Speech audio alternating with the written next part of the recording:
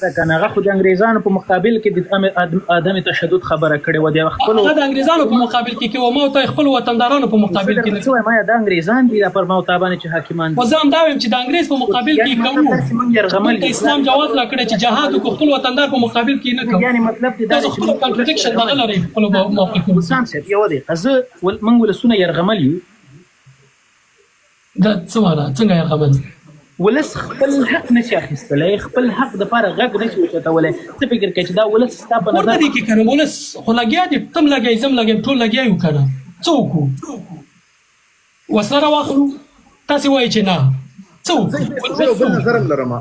ولس ته سمه لاره نه ښایي. هلته چې در باندې فشار راشي، مثلا حمزه صاحب وایي چې ټوپک به نه راخلی، موږ جګړه نه غواړو، بیا مو دریځ هم دا دی. اوس خو تاسې واضح خلکو ته ووایئ ملت څه وکړي. دا پورته کوم ټولې پورته کوو، زه پورته کوم، ته پورته کوي، حمزه هم پورته کوي، ټولې پورته کوو. اما کله چې لاره وښیوئ د ولس ته حمزه صاحب لار څه ده، څه وکړو؟ خو موږ خو دا وایو چې ګوره اسلام نه استفاده مه کوئ، اسلام واضح جواز ورکړی دی. خو مقابل لوري خو کښېنه ورسره بحث کوم، دا لګیا یو که نه. اوس ته حل لار وښایې، څه وکړو؟ زه در کومه لاره، زه حل لاره در کومه. تاسو د باچا خان خبره وکړه، زما ټول د ژوند فلسفه د باچا خان ده. زه د ټوپک خلاف یم. بیا ولې موږ ته وایي چې خروج نه کوئ؟ نو خروج صرف په ټوپک کېږي. صرف په ټوپک کېږي خروج. اوس درته خروج هم ترجمه کوم. نه، خروج درته زه تعریفوم. څه وایي خروج؟ چې د یو حکومت، ظالم حکومت یا کافر حکومت چې دغه شي که نه، د اسلامي نظام یو ظالم یو کافر څوک دا چې کفر بوا وکړي، یا مثلا د هغې په مقابل کې راپورته شي. نو راپورته کېږي شکه ځان کې وژنې. راپورته څه ته وایي؟ راپورته په دې معنی چې د هغې په مقابل کې ودرېږي. دې کې تا وسله دې ولې یاده نه کړه؟ وسله مې ځکه یاده کړه چې بله لار در سره نشته. دغه نو دا ستا شخصي رایه ده په خروج. دا هم ستا شخصي رایه ده چې اوس در به کې. دا ستا شخصي رایه ده، اوس دې په خپله وویله. ځکه راپورته ودرېدل دي ویل وسله دې یاده نه کړه. نو خو اوس در خو کوم نتیجه نه ورکوي که نه، زه خو ستا په کنټکس کې لګېږم. نو څه کې لازمه د باچا خان فلسفې لري. باچا خان همیشه باچا خان په موږ ګران دی، هغه باچا خان زموږ مشر دی، د زړه ورته احترام لرو، هېڅ هغه ضرور نه دی چې سړی تاسو ذکر وکړو د استعمار لاندې باچا خان چې دي مدرسې کوله وکړې پښتنو دپاره، او انجونې او سړیان ټولې مدرسو ته وبلل چې تاسو د استعمار لاندې تعلیم حاصل دی. نو هغه انګریز او هغه کافر و، د هغې خلاف بیا هم باچا خان راووتېدو، وکړل هر څه وکړل. اوس د حل لاره زه درته وایم که نه، د حل لاره دا ده چې اسلام، افغانیت او ورورولي به موږ ثابته کړو که نه. موږ به ثابته کړو په افغانستان کې دی، په کابل کې لاریون وشي که نه، دغه مکمل امن پسند ده. چې کوم سړي په ولس کې حسیب یا چا دا خبره وکړه چې موږ به دا نظام ختمو، ډزې به کوو، درز به کوو، دروز به کوو، هغه سړي زه خلاف یم. زه د باچا خان پلوی یم. 80 کاله دې کېږي چې بابړې د شهیدانو د شهادت تپوس دې ونه کړو همدې لاریونونو باندې. تا یوه مسله وښایه. نو طالب خو خپل خلک نشي وجلی، مونږ خو وروڼو که نه، اسلام مسلمانانو که نه. څوک خپل استعماري طاقت و من ثابت کړی وي چې په لاریونونو باندې تاسو کړی. د نقیب مسعود شهید دغه نه تاسو را شروع وکړله، ګیلمن هم پې شهید کو، ورپسې هم پې ارمان هم پې شهید کو. یو فعل ته ماته وښایه. ګوره وروره دا چې ډاکټر طریقه صاحب ته څه وایي چې 80 کاله دې را روان نور د سکولونو لپاره موږ دلته بحثونه وکړو. اسامه ور غواړم ګیلمن صاحب نه مورو. ګیلمن صاحب زه غواړم دا وورم چې ننګیال صاحب بخه ننګیال صاحب نه وورو چې من د خپله د عوامو سټرګل د پاکستان د نظام په خلاف یا مثلا په خپله په داخل د افغانستان کې زمونږ په نظر باندې، زما په نظر باندې دا بحثونه ټول یو طرفه د افغانستان دي. موږ باید ایکولي دا بحث وکړو. زموږ خورګانې متاسفانه پاکستان کې پروسټیوشن، اوپن پروسټیوشن دی، هغوی ته څنګه نجات ورکولی شو، هغه هم باید یو قابل د بحث وي. همداسې عورت مارش په فکر کوم چې په 16 مارچ 2018 کې شوی و چې غواړي ښځې یو بل سره ودونه وکړي، نر یو بل سره ودونه وکړي.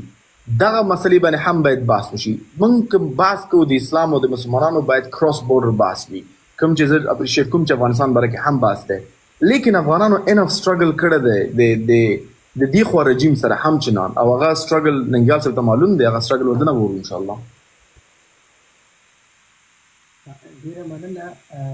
نوروز صاحب، تاسو په راځه به یا باول لږ ټیک دی که چېرته لږ مایک ته متوجه شئ مننه. بس دغسې به ورته ما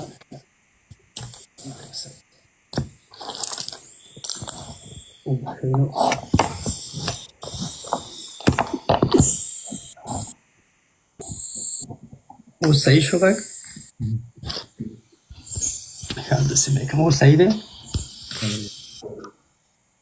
غږ صحیح دی اوس؟ ښه، نو د کومې حده پورې چې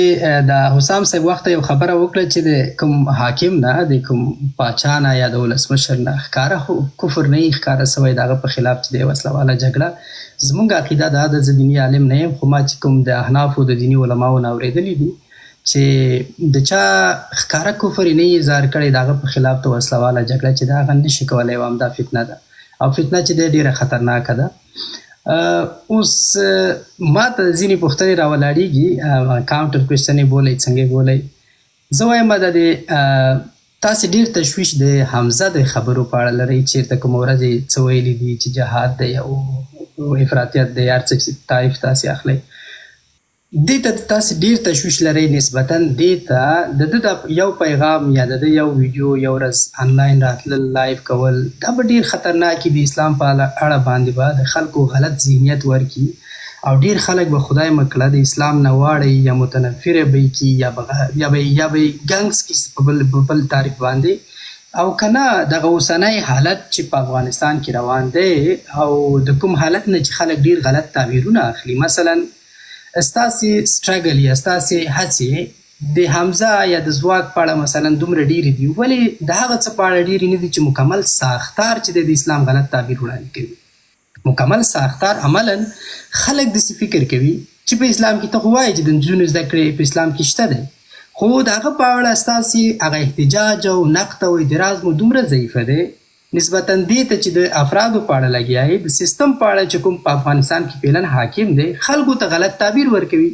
او خلک فکر کوي چې دغه څه چې په افغانستان کې حاکم دي همدا اسلام دی او همدغه شي دپاره د 20 کاله جګړه وکړه او د دې نه مخکې هم جګړه شوې د اسلامي نظام دپاره چې موږ په افغانستان کې اسلامي نظام راولو، بیا په کورنۍ جګړه باندې بدله شوې.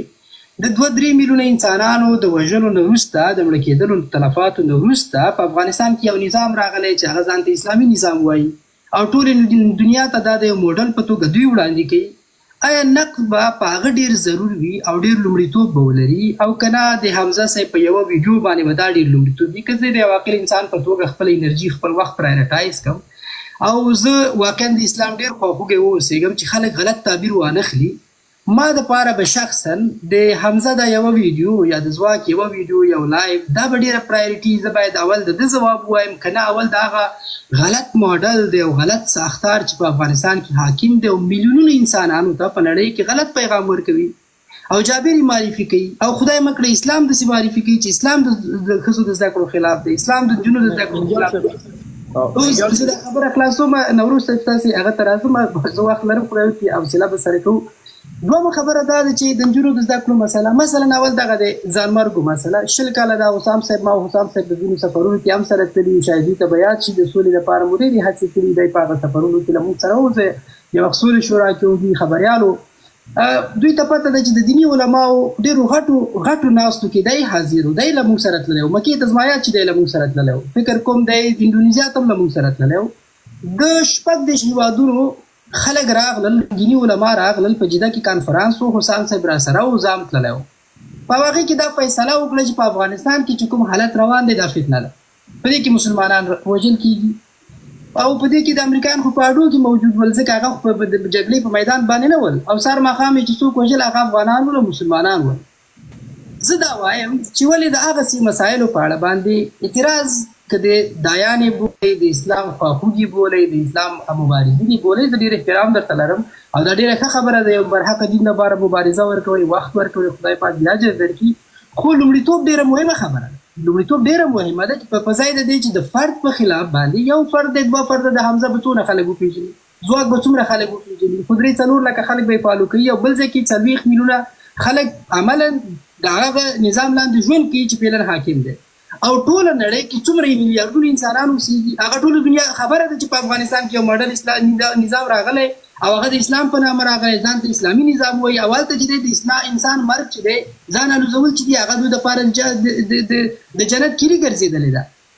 ولې په هغه مسایلو باندې چې اسلام ته ډېر خطر پېښ دی او غلط تعبیرونه وړاندې کېږي ولې په هغه زه ونه غږېږم د یو داعي په توګه د اسلام د یو خواخوږي په توګه په ځای دی چې زه حمزه راونیسم او په ساعتونو د ده نه وضاحتونه وغواړم همدغسې د تعلیم د حلال او د حرام موضوع ده اوس وخت حسام صاحب وایي چې ما نه دي ویلي چې اسلام کې هغه زده کړې حرامې دي دا ډېر د قدر کار دی رښتیا دې نه دي ویلي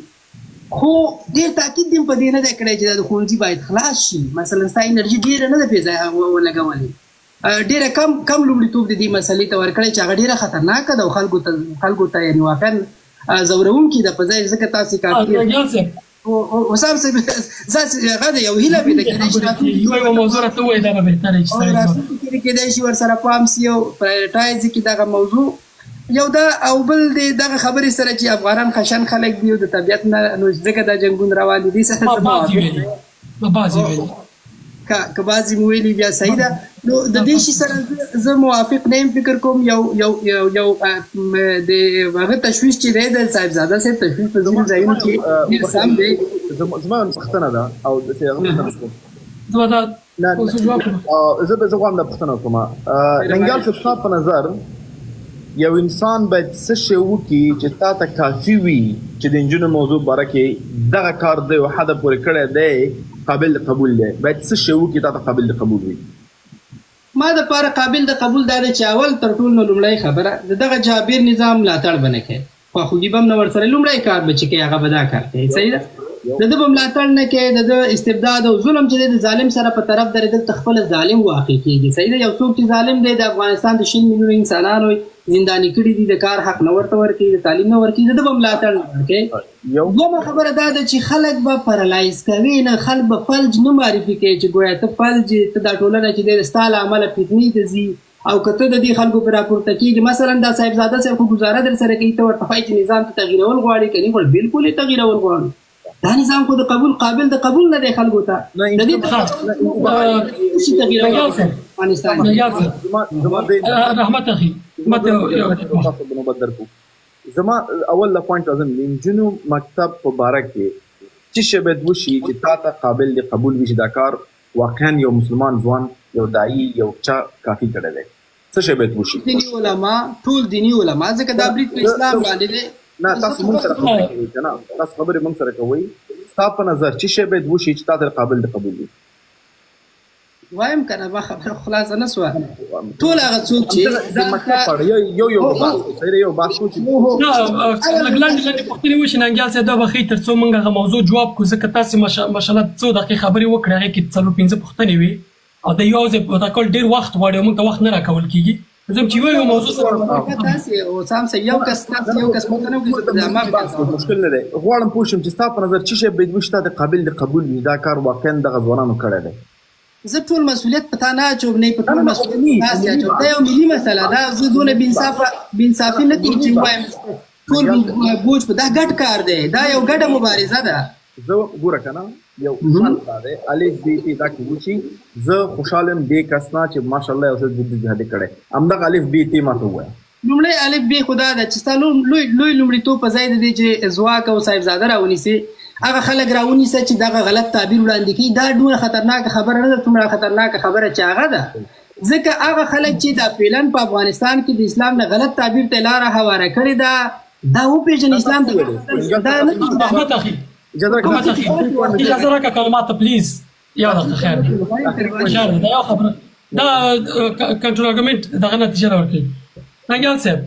ستاسې د څو پوښتنو په جواب کې به زه اول دا وایم چې ګورئ راځئ په انصاف باندې خبرې وکړو لومړی خو تاسې د افغانستان یوازې دغه اوسنی چپ ته راخلی او په دې باندې اسلام پورې تړی او اسلام نه استفاده کېږي او دا کېږي لومړی اول باید تاسې ملت سره په دې خبرې وکړئ چې د افغانستان بدبختۍ له کومې شروع شوي دا موضوع باید اول کلیر شي بیا راشو دې ته ګورئ تاسې په خپل لاس باندې دا نظام وسپاره اوسني حکومت ته صحیح ده په دې کې اوس زه وایم څه ملامت دی ملت څه ملامت دی خو تا ورته وسپارو ولې دې سپارو ته ماته وایي ولې دې سپارو دا ملت هر څه در سره و نظام کې وي نظام ټول با قدرت نظام لکه اردوی لرله په هغه ورځ چې ته راتلې ټول ملت ترې راووت دغه شو که نه مثلا کوم ځواکونه چې ټول ترې راووته ملت ته ملت هڅه عکس العمل ښکاره نه کړو ولې تا ولې پرېښودو دا نظام ملت ته ځان ولې نه ملامت دی چې ملامتي په یوازې په مثلا کسان چې ولې غږ نه پورته کوي او هماغه ځینه چې تا د فتوا خبره وکړه چې د مکې له څنګه دا فتوا ورکړل شوه چې زه ورته پکې وو هغه ځینه ولې فتوا نه ورکول کېږي اوس دغه نظام په مقابل کې خلاص خبره سم صاحب دا خو ته داسې خبره کوې جنګ دی په جنګ کې دوه پهلوانانو کې یو حتمن چپه کېږي یو څوک ماته خوري او ماته خوړل جنګ مو نه کوو چېرته جنګ وشو ملت مې په خپل لاس ورته وسپاره تاسې فکر کوئ چې په تېرو 20 کالو کې 1,20,000 افغان سرتیري کې ووژل شول دا په کرکټ کې ووژل شول که فوټبال کې دا جګړه وه په کومه ورځ چې دې پرېښوده زه د هغې خبره کوم ولې دې پرېښوده ملت هر جنګ چې دی په آخره ورځ باندې پرېښودل کېږي هر جنګ په یو ځای کې ماته خوري پیغمبر د خدای حسام صاحب د پیغمبر د خدای سره په احد کې هغه شو غاښونه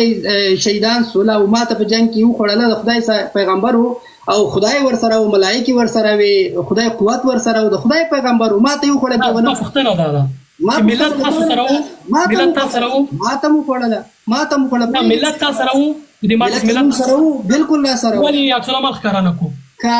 که اوس دا راته ووایه چې همدغه پوښتنه خو زه له تا نه کولی سم چې ته اول خو به ته طرف معلومه یو خو دې شته د پامي زه بې طرف یم زه خبریال یم زه هېڅکله طرف نه اخلم خبریال یې صحیح ده تا نه پوښتنې کوم ته ما نه پوښتنه کوې بالکل دا ډېره ښه خبره ده خو زه بیا نور بحثونه هم تعقیبوم چې هلته خبریال پاتې سي زه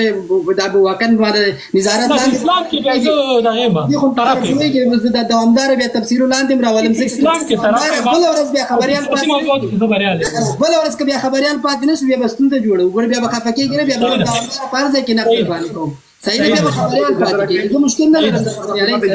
سره حسام صاحب دا خبرو ته زه ځواب ورکړم په جنګ کې چې دی دا غلطه خبره ده چې جنګ نه دی شوی جنګ وشو یو 20 کاله د دې ملت دپاره د دغه سیستم د ساتلو دپاره دفاع وشوه دا چې په آخره ورځ باندې دې ماته وخوړله په آخره ورځ باندې سیاسي ماته وه که نظامي ماته وه دا بیا لوی بحث دی چې بیا په ساعتونو 3 کارونه موږ پرې غږېږو 3 کارونه لیکچرونه او پیپرونه پرې ورباندې ولیکل شول چې دا ماته نظامي وه سیاسي وه خو ماته وه موږ دا وایو چې ماته مو خوړله او ماته ضرور نه ده چې ماته همدغه طالبانو په 2001 کال کې ماته خوړلې د خدای پیغمبر خوړلې ته ماته یو چاته اوس په خدای پیغمبر داسې ماته نه ده خوړلې نه په جنګ کې ماته خوړلې په احد غږ کې ماته په دغه شکل نه ده خوړلې چې ماته نه هغې ته علما ماته نه وایي ورونه هغې ته ماته نه خبره چې موږ ادب مراته وو او ادب نه دی هغې کې هغه دواړو حالاتو شاته جنګ کې چې کله هسې خو موږ هم روایت نه دی بایللی د جمهوریت روایت خو موږ هم نه دی خاموشه کړی که ته داسې وایي چې ګوره که د جنګ د میدان کې جنګ میدان پرېښودل او تلفاتو ته ما ته وایي تعریفوي رسول الله میدان پرېښی رسول الله میدان پرېښی د احد په میدان کې څه وشول جنګ یې پرېښی جنګ خو د همدغه مکې نه ونوتل مدینې ته لاړ نه خو زه د کابل نه لاړم بل ته هغه په جنګ نه و شوی ته ویلی چې مکه دې ولې مشرکینو ته وسپارله دا هغه په اول کې پیغمبر صاحب یو کس و ګوره خبره څو کسان ورسره نه دا خبره خو نه ګوره خبره حسام صاحب ته د خدای پیغمبر ته دا نشي ویلی چې تا مکه ولې مشرکینو ته پرېښوده ما ته نه ده خوړلې ته ما ته ثابته کړه زه زه بیا ګوره تاسې ما ته نه وه ورور میدان دې ته برابر کړي چې هغې ته ما ته ووایي ګوره سټمپینګ خو ان دي سره دی غواړي چې ما داسې خبره وکړم خدای مه کړه چې هغه بیا ګوره دا بحثونه مه کوئ نه هغه طرف ته زه نه وړم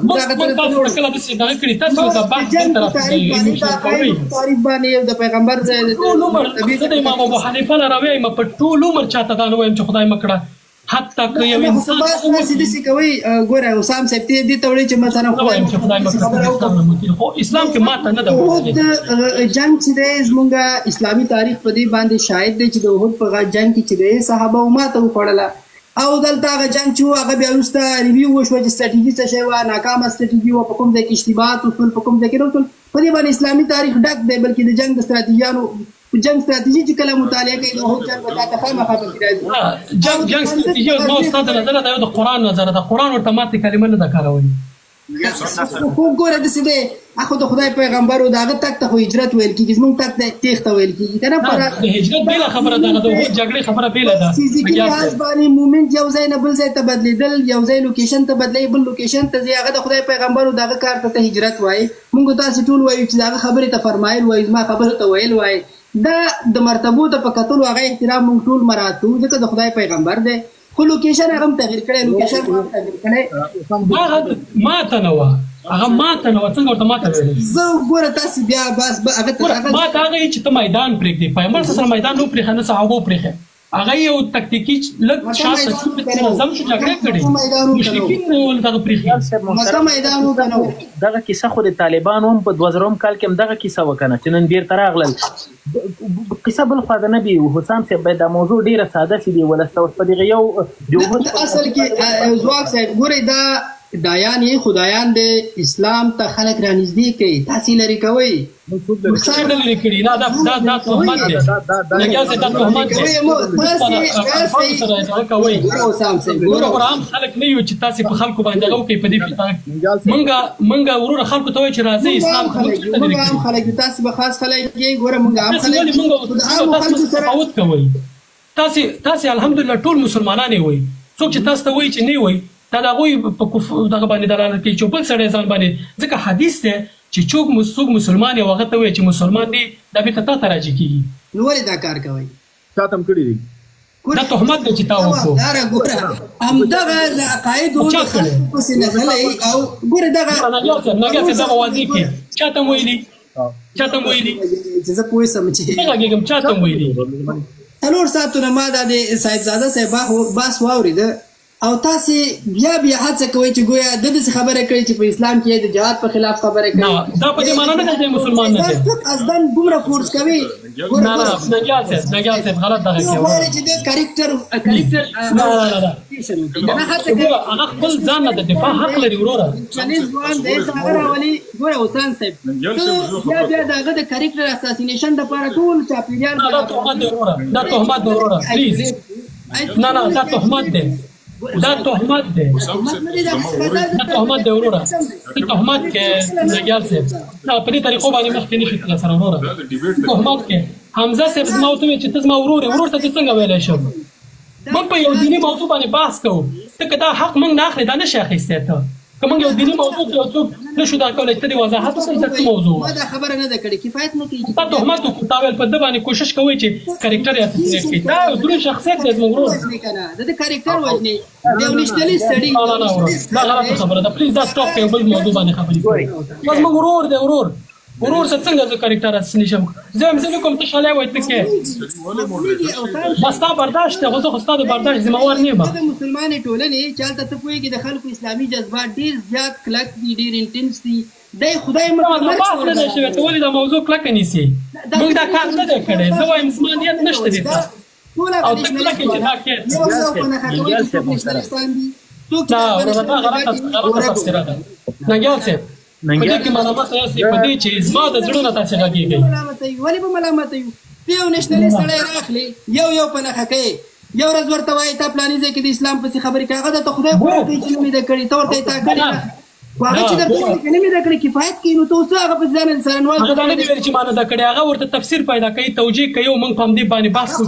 ماډل نقد یا ماډل خو هم نقدوم دا خو اسلام نګیال صاحب خو بحث حساسیت او دغه ته بیایي شخصي بحث نه کوو وروره که علمي بحث لري کوو که نه کوو نه علمي بحث ته انټیمیډیشن او ځان څرنوال جوړ کړی ته دې ته علمي بحث وایي یو سړی غواړي علمي بحث کوو سره هغه هم همداسې دغه کوي خدای مه کړه ته فکر کوه چې حمزه صاحب د خپل خبرو دغه باندې نه پوهېږي ته راغلی دفاع کې نه بالکل زه دفاع کوم بس خلاص بس که نو څه ضرورت دی دې ته چې تفسیر ورکړي ننګیال صاحب مایک موبایل نه دا بحث ګټور ورور تهمت کوي دا په واضح دغه باندې حمزه زما ورور دی ورور مسلمان ورور مې دی بیا یې درته ووایم او ما ته د ځانه ګران دی زما ټول ملت ته معلوم دی ما د لایګونو کې صفت کړی دی مایک دې وتړل شو ته کوشش کوي چې دغه نېشنلستان چې دي دا خلک چې د افغانستان د خلکو د ښې ورځې غم خوړلی د افغانستان د خلکو ډېر پروادار نه وي وروره د افغانستان د خلکو خبره مه کوه افغانستان خلک موږ نه ولاکه په تا ګراني خبره غلط طرف ته افغانستان خلک موږ سر دغه داسې موږ باندې ځان باندې نشتلس کېدی بیا د افغانستان دایه مخکې وړی چې لکه داسې د افغانستان واکداران یاست یو د افغانستان غمخوران یاست نه وروره د افغانستان غمخوران تاسې نه وئ د افغانستان غمخور زه یم چې هلته پکې باندې لګیا یم خلکو د افغانستان غمخور هغه وخت دی چې همدا اوس راشي انلاین پوهنتونونه جوړ کړي انلاین مکتبونه جوړ کړي خلکو ته زده کړې برابرې کړي ننګیال صاحب په بخښنې تهمت مه کوه ته د اسلام په دغه اسلامي نظام کې به ناست وي لومړی چې وتښتېدل اسلامي ګوره زه درته حل لار ښیم که ته د وطن باندې ډېر دردېږي همدا اوس راشه د خپلو امکاناتو نه یو انلاین ښوونځی جوړ کړه خویندو ته لاره برابره کړه چې درس وکړي ما د اسلام پر امر ټیکهداري نه ده کړې فنډینګ هغه مې پیسې ته لاره فرصت برابر کړه چې درس وکړي نه لرم امکانات نه لرم زه او زه نه وروره تهمت مه کوه نګیال صاحب تاسو تهمت نه ښایي سیستم باور لرم زه په دغه ډونیشن او مونیشن او ملت په خیرات نه مخته کوم سیستم باید اصلاح شي نشي کولی دا ډېر زور غواړي ورور شل کاله مونږ په 2 کالو کې 6,000 ښوونځي شل کاله موږ په ډونیشن چلیدلي وو وروره ته ولې د ډونیشن دا خبرې کوې حسام صاحب د خیراتو معاملو باندې نه دولتونه جوړیږي نه ولسونه پرې آبادیږي موږ نو همدا وضعیت دی چې په افغانستان کې څه حالت دي خو همدا د خیرات مشکل حسام صاحب محترم شل کاله چې موږ د خیرات معاملو نه ووځو کنه ولې ونه وتلو خو زه درته وایم کنه د سټیټونو مسؤلیتونه معلومي دا اوس د ستاس د سټیټ چې د فلحال په افغانستان کې د اسلام تر نامه د مسؤلیت معلوم دی کنه ولې پر دې مسؤلیتونو باندې تاسو نه غږیږئ ته نوروز صاحب راځي په انګلستان کې باندې کسو درې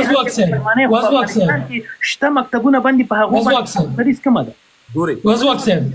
تاسو ولې ملت ته دا ښکاره کوئ چې د دې ملت غمخوران ته نه تاسې یاستئ تاسو په دې صحیح غږیږئ موږ نه غږیږو وایي چې تاسو خاص یې که نه دلته راوځئ تاسو تکرار تاسو د اسلام مدافع کړئ ځینې مې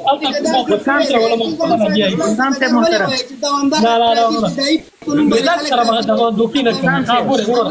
د ملت غمخور زه مې مطلب دي دواړه ملت کار کوو دا به ته فکر نه کوې چې د ملت یوازینی غمخور دی ته د کوم ځای ملت ټیکهداري ته د کوم ځای ملت ټیکهداري راغلی چې ته ځان ته ګوره حسام صاحب ته د خلکو عقیدې تلې خلکو ته سهار ماښام نه ته غلطه خبره کوې وروره ته ځان نه لګوې ته په ځان نه ګډې وروره دا څه پاسې شروع کړی ته ځان نه لګوې د خلکو عقیدې تلې ما چېرته د چا عقیده تللې موږ یو موضوع ته ګوره صاحبزاده صاحب ګوره ځان پوه کړه ننګیال صاحب احساسات وکړئ ځان پوه کړه ننګیال صاحب ما ته اجازه راکړه چې زه درته د خپله خبره واضح کړم خبرې ته وګورئ څه حمزه صاحب چې و حمزه صاحب چې کوم بحث روان کړی و د قرآن د یو آیت نه غلط تفسیر کړی و موږ ورسره دا بحث روان کړی و چې دغه تفسیر تا غلط کړی په دې لګیا یو ته راغلی پکې دغه د اسلام نام د آیان جوړ کړي دا د هغه د ملت څخه کار کوي لکه ته چې ځان ته غم خوري موږ د ملت غم ولاکه د ګیرې سپینې کړي تاسو فکر کوئ چې د نېشنلستان یوازې د ملت غم خورانه استئ ډېر واضح معلومیږي تاسو مسؤلیت نه شته په ما حکومت کې زه د خپل دغه ذمہ وار یم د ستاره مسیر وټاکي خپل مسیر په خپل ټاکو ګوري حسام صاحب یو خو د تا په خبرو کې ما 3 ځله دا یوه خبره واورېدله چې موږ عام خلک نه یو تاسو څوک یې نه ما درته وویله چې موږ انټلیکچوال بحث کوو دلته عام خلکو بحث نه کوو عام خلک خو موږ یو زه خو عام سړی یم عام انسان یم دلته راځم ته عام سړی نه یې ته قدر یې ته ماستري لرې یو خو ګورئ د علم درجو پر بنیاد باندې ځان د عام ولس نه ته نشي ویستلی چې ځان په دوی باندې پرایر وګڼې ته ځان تاسو دا بحث بل خواته به تاسو د ملت ډېر وروره تاسو یو ټریک ووایئ هغه ټریک موږ سره دلته نشئ ولی زه شخصا دې اجازه راکوم چې تاسو ملت ته داسې ښکاره کوئ لکه زه د ملت غمخور زه ملت سره په عام محضر کې زه عام سړی مزم وروره د دې ملت بچي د دې ملت بچي ټول ملت ته به ملت ته به د القاب او دغه باندې استفاده کوي دا تکبر دی چې د ملت نه ځان ودرېږه حسام صاحب نوبت راکړه د ملت غمخور ځکه یم چې په 3 کالو کې ما تر اوسه پورې یوه ورځ داسې نه ده راغلی چې ما په میډیا دلته په میدانونو کې چې کوم ځای کې مې ورته رسېدلی ما خپل غږ اوچت کړی مهرباني وکړئ دغه 3 ور چې تاسو تاسو پورې زه همدا اوس په همدغه وطن کې 40 دانې کسانو ته کار لرم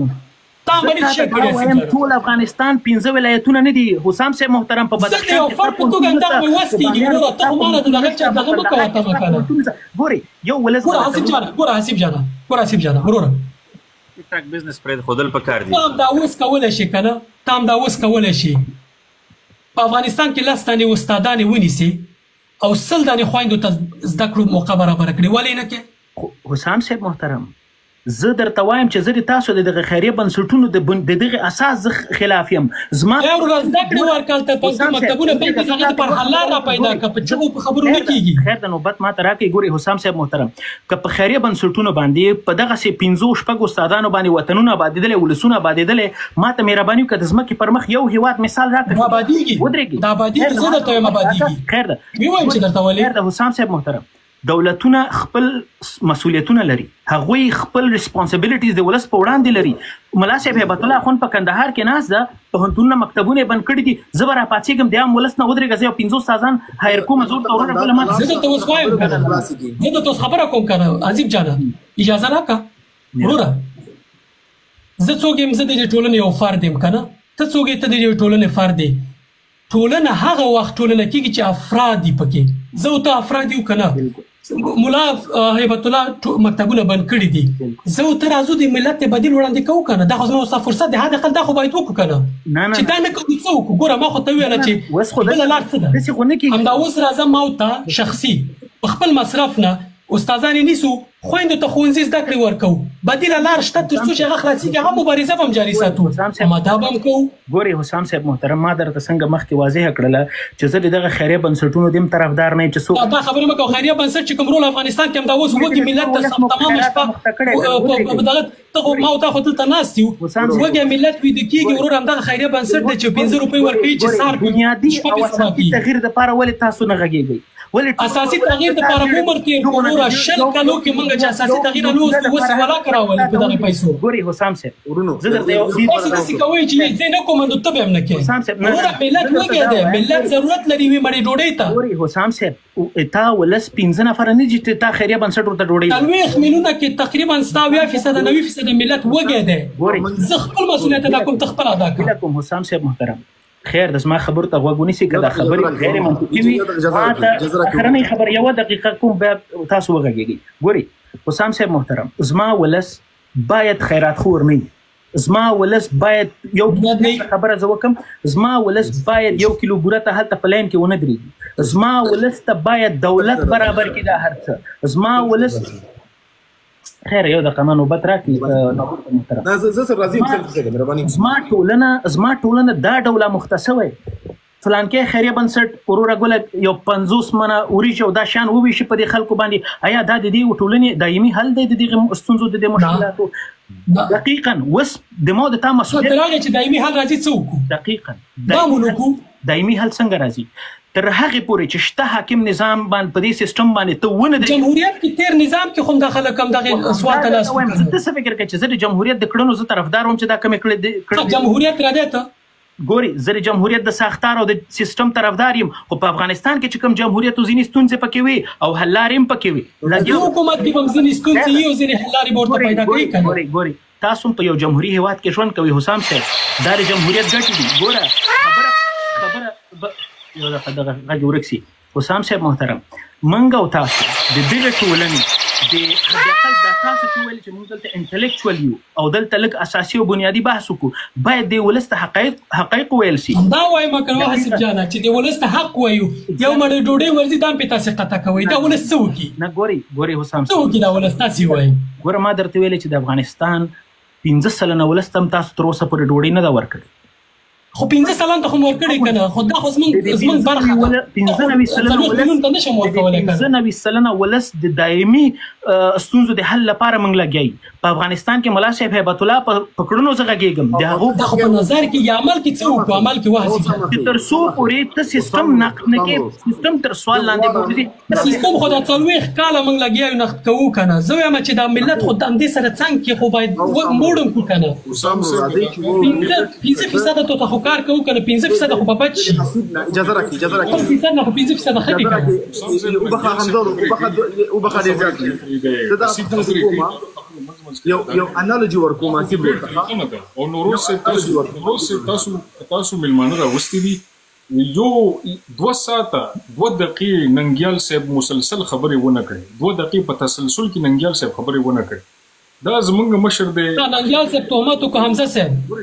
څه کله چې په ما باندې تهمت کېږي زه باید جواب ورکړم تاسو ګورئ پلیز دا ګوره حسام صاحب دا موږ خو لیکچر ته نه یو ناست وروره تاسې که موږ ته لیکچر راکوئ بیا داسې وکړئ ویډیوګانې ثبت کړئ موږ به په فارغ وخت کې وګورو زه باید د ځانه دفاع وکړم وروره نو موږ دې له نو راغلی چې حسام صاحب هر یوه خبره پس رادانګي نه موږ دې ته هم نه یو راغلي چې ته لیکچر راکړې موږ ته منطق باندې دلته خبره نه موږ دې ته هم نه یو راغلي چې ته موږ ته لیکچر راکړې وروره ګوره حسام صاحب دغه راغلی دی ننګیال صاحب راغلی دی 2 دقیقې هغه تسلسل کې خبرې ونه هغه خو ستا په دفاع باندې په ما تهمت کوي او ته غواړې چې مثلا زه غلی پاتې شم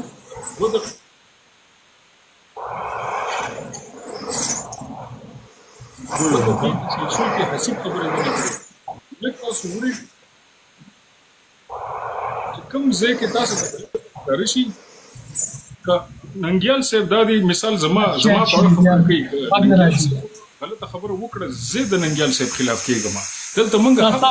وروره زه درته وایم چې په ما باندې تهمت لایف روان دی او ته وایې چې ننګیال صاحب دغه خبره وکړه ننګیال صاحب ما ته وایي چې ته کوشش کوې چې د هغه کرکټر اساسینیټ کړي تاسو صرف یو مهرباني وکړئ یو مهرباني د پښتو د حجرې یو هیله به ته وکړم او موږ چې کله هیله کوو موږ به ته ټوپې وباسو داسې خلک خپل تسلسل ته پرېږدي دا ټوپې به درته ښکته کوم چې په تسلسل کې خلک وغږېږي مشران وغږېږي کشران دې زده کړه وکړي دا د حجرې نه مشران دې خبرې وکړي نو تهمت چېشته کوې وروره ته په خبره باندې سر نه خلاصې زه درته څه لګیا یم ته د پښتو د حجرو خبرې کوې پښتو حجرو کې چې څوک په چا باندې تهمت کوي هغه ورته وایي چې وروره تهمت مه کوه په ما زه دا کار نه کوم او ته وایي چې هغه خبرې ته پرېږده زما خبره کې مو سره زه چې کوم شی درته وایم مخکې شی ته واپس کړئ